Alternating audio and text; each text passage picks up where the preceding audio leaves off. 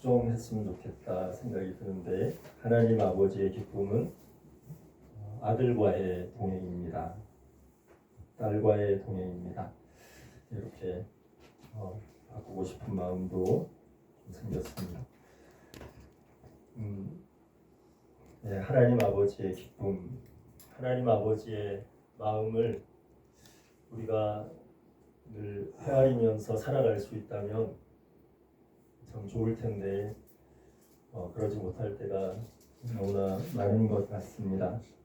그래서 나 중심적으로 생각하고 내 생각에 gat혀서 이렇게 살아갈 때가 참 많은 것 같은데, 오늘 말씀 1절에 나오는 2절에 나오는 바리새인과 서기관들도 그랬던 것 같습니다. 하나님의 마음을 잊어버리고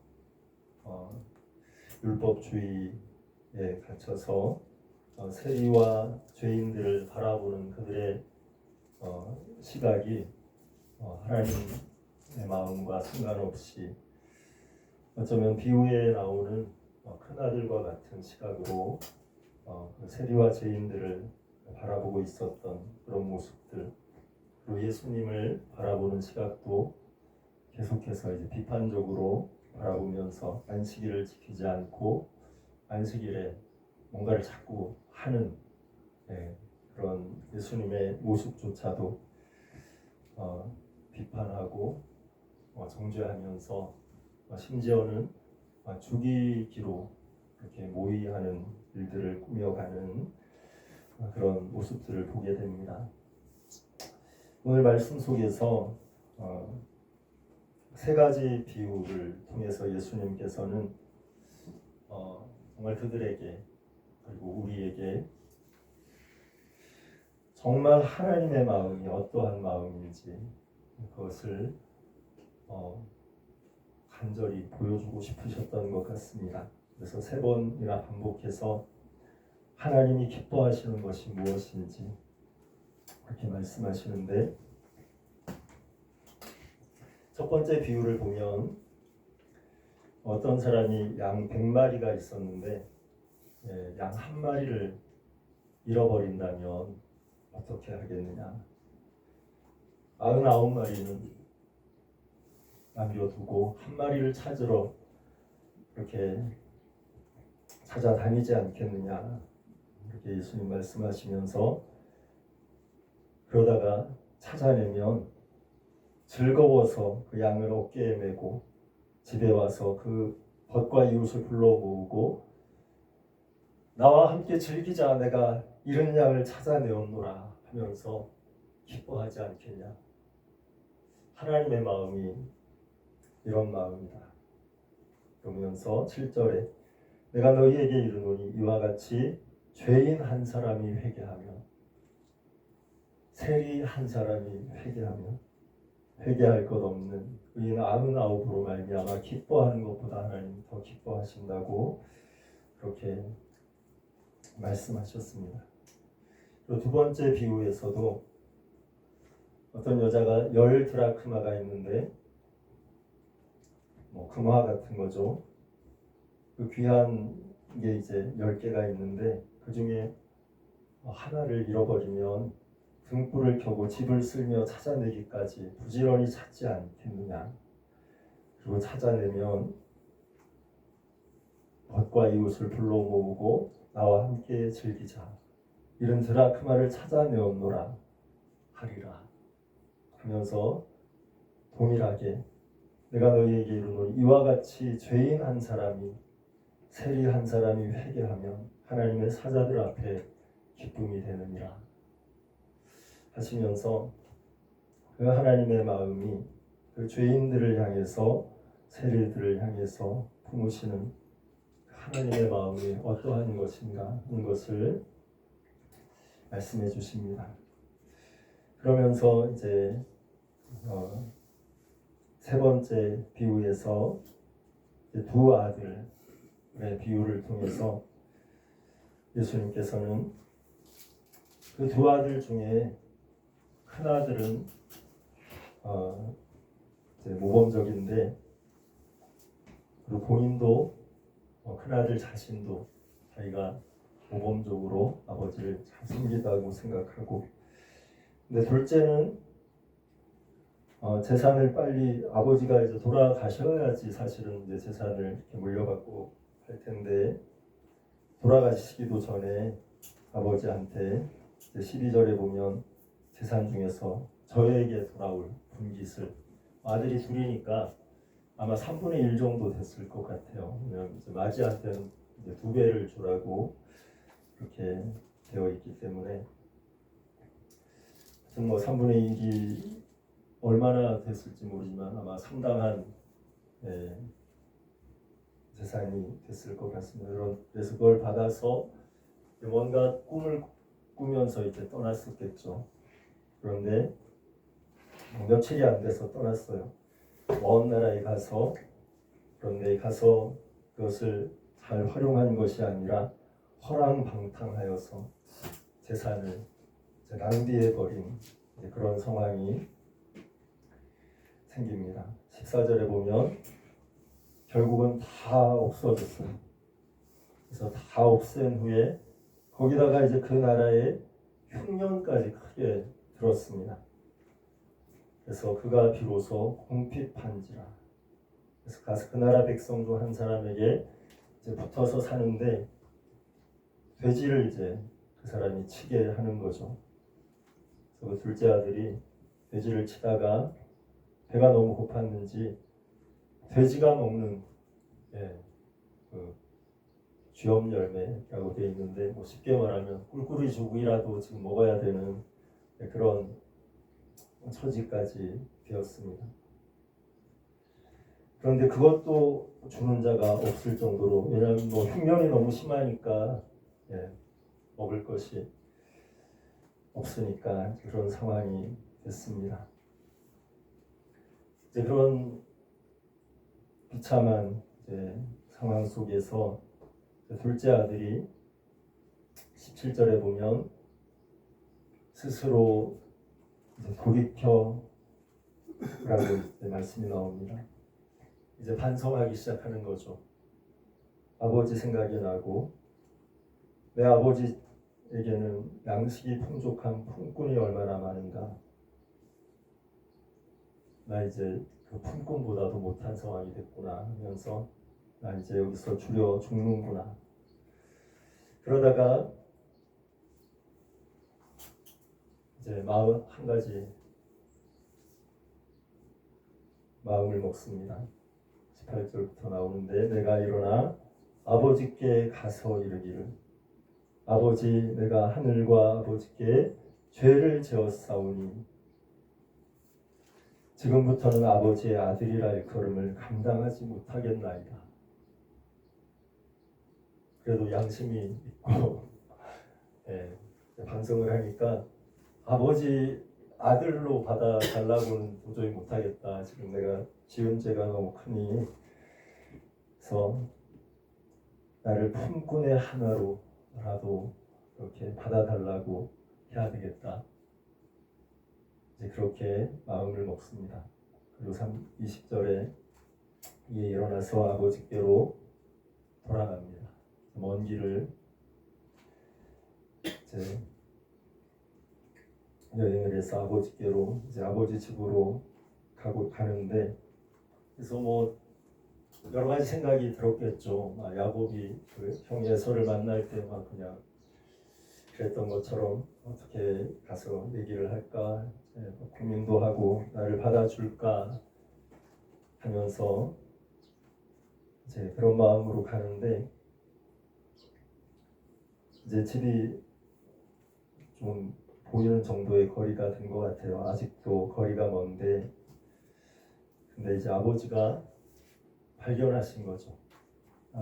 둘째 아들이 돌아오고 있는 아주 비참한 모습으로 이렇게 돌아오고 있는 모습을 멀리서 봤지만, 아버지 눈에는 간절히 기다리고 있었기 때문에 한눈에 이제 알아보시고 측은히 여기셔서 달려가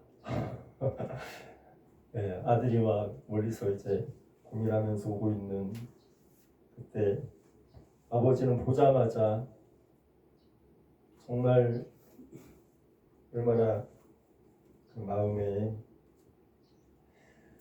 안타까운 마음, 그리고 기다렸던 아들이 돌아오니까 측은히 여겨 달려가서 신발도 안 신고 가셨을지도 모르겠어요.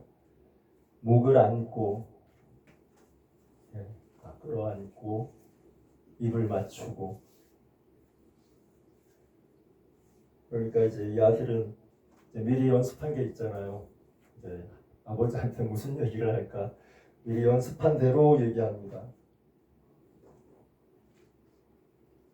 18절에 있는 그 연습 생각한 그 말씀대로 아버지한테, 아버지, 내가 하늘과 아버지께 죄를 지었사오니 지금부터는 아버지의 아들이라 일컬음을 감당하지 못하겠나이다. 여기까지 얘기했어요. 근데 마지막에 이제 나를 품꾼의 하나로 보소서, 여기까지 얘기해야 되는데 아버지는 그 얘기가 들리지도 않는 것 같아요. 그냥 아들이 무슨 얘기를 하는지 모르지만 너무 기쁘셔가지고 그 마지막 그 대사를 아들은 더 해야 되는데, 나를 품꾼의 하나로 보소서, 이걸 더 해야 되는데 그 말이 끝나기도 전에 아버지는 종들에게 이르되 제일 좋은 옷을 가져다가 입혀라. 손에 가락지도 제일 좋은 것으로 끼워줘라. 그리고 발에도 제일 좋은 신을 신겨줘라. 그리고 제일 살찐 송아지를 잡아라. 우리가 먹고 즐기자. 이 내 아들은 죽었다가 다시 살아났으며 내가 잃었다가 다시 얻었노라 하면서, 아버지는 기쁨을 주체하지 못하면서 그냥 아들이 무슨 회개를 하는지 그건 상관없죠. 그냥 아들이 온 것만으로도, 살아서 아버지에게 돌아온 것만으로도 너무 기뻐서 그 기쁨으로 아들과 함께하는 것만으로도 기쁜 그 마음으로 아들을 맞이하고 있습니다. 이 장면에 예수님께서 정말 우리에게, 그리고 바리새인과 서기관들에게 알려주고 싶은 그 아버지의 마음이 함축되어 있지 않나, 그렇게 생각이 됩니다. 하나님 아버지는 그 세리와 죄인들을 향해서 이런 마음으로 정말 아낌없이 주는 그 마음으로 그들을 바라보고 계신다는 것, 그것을 너희가 알았으면 좋겠다. 오늘 주보 왼쪽에 기록한 말씀, 스바냐 3장 17절에 그 하나님 아버지의 마음을 스바냐 선지자는 이렇게 잘 표현한 것 같습니다. 너희 하나님 여호와가, 너희 아버지가 너희 가운데 계시니 그는 구원을 베푸실 전능자 하나님이시라. 그가 너로 말미암아 기쁨을 이기지 못하시며 너를 잠잠히 사랑하시며 너로 말미암아 즐거이 부르며 기뻐하시리라. 이것이 하나님께서 우리를 향하여 품으신 그 마음인 줄 믿습니다. 사람은, 바리새인과 서기관 같은 사람은 죄인과 세리들을 어떻게 바라볼지라도 하나님께서는 이 마음으로 죄인을 바라보시고 바로 우리 자신을 바라보고 계신 줄 믿습니다. 그래서 25절 이하에 바로 어떻게 보면 예수님께서 바리새인과 서기관들에게 마다들을 통해서 너희들의 모습을 한번 돌이켜봐라, 이렇게 말씀하시는 것 같아요. 어쩌면 우리도 인간관계 속에서 나 중심적으로 될 때가 참 많이 있어서 다른 사람 나 사이를 이렇게 비교하게 될 때에 이 마다들과 같은 바리새인과 서기관 같은 그런 입장에서 타인을 정죄하고 평가할 때가 많이 있는데 예수님께서 마다들을 통해서 우리에게 보여주시는 이 말씀 한번 보고 말씀 맺도록 하겠습니다. 이제 아버지가 이렇게 잔치를 벌이면서 기뻐하시는데 마다들이 이제 밭에서 일하다가 돌아와서 뭐 잔치 소리가 나니까 이게 무슨 일이냐고 이제 종한테 물어보니까 당신의 동생이 돌아왔습니다. 뭐 그 정도 뭐 주인하고 같이 이렇게 기뻐했을 것 같은데 당신의 동생이 돌아왔어요 하면서 막 어떻게 기쁜 느낌으로 이렇게 얘기했는데 그래서 아버지가 정말 이 살찐 송아지를 잡아서 잔치를 벌이셨다고 그랬는데 마다들은 그 기쁨이 그에게는 기쁨이 아니라 오히려 원망의 일이 되어버렸습니다. 그가 노하여 들어가고자 하지 아니하거늘 아버지가 큰아들한테 와서 권하면서 같이 잔치에 참여하지 동생이 하면서 기뻐했을 텐데 아들이 막 화를 내는 거예요. 노하여 들어가고자 하지 아니하거늘 아버지가 아버지한테 이제 그 큰아들이 이렇게 말하는 거죠. 29절에 내가 여러의 아버지를 섬겨 명을 어김이 없거늘 내게는 염소 새끼라도 하나 주신 일이 있었습니까? 하면서 원망이 터져 나오는 거죠.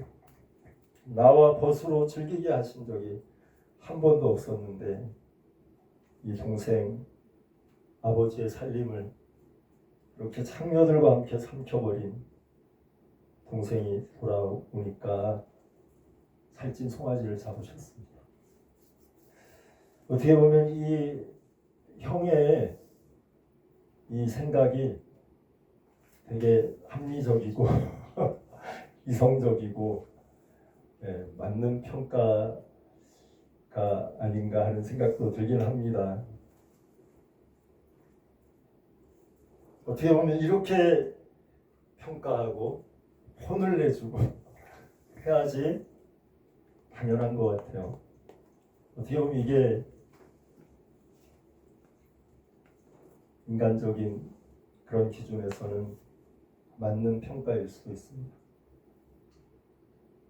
당장 내쫓아버리고 다시는 집에 얼씬도 하지 말라고 그렇게 할 수도 있는 것인데 그런 존재가 바로 둘째 아들인데 그런데 아버지는 그렇게 할 수 있고 어떻게 보면 그렇게 해도 마땅한 둘째 아들인데 그 아버지는 그렇게 하지 않았다는 거죠.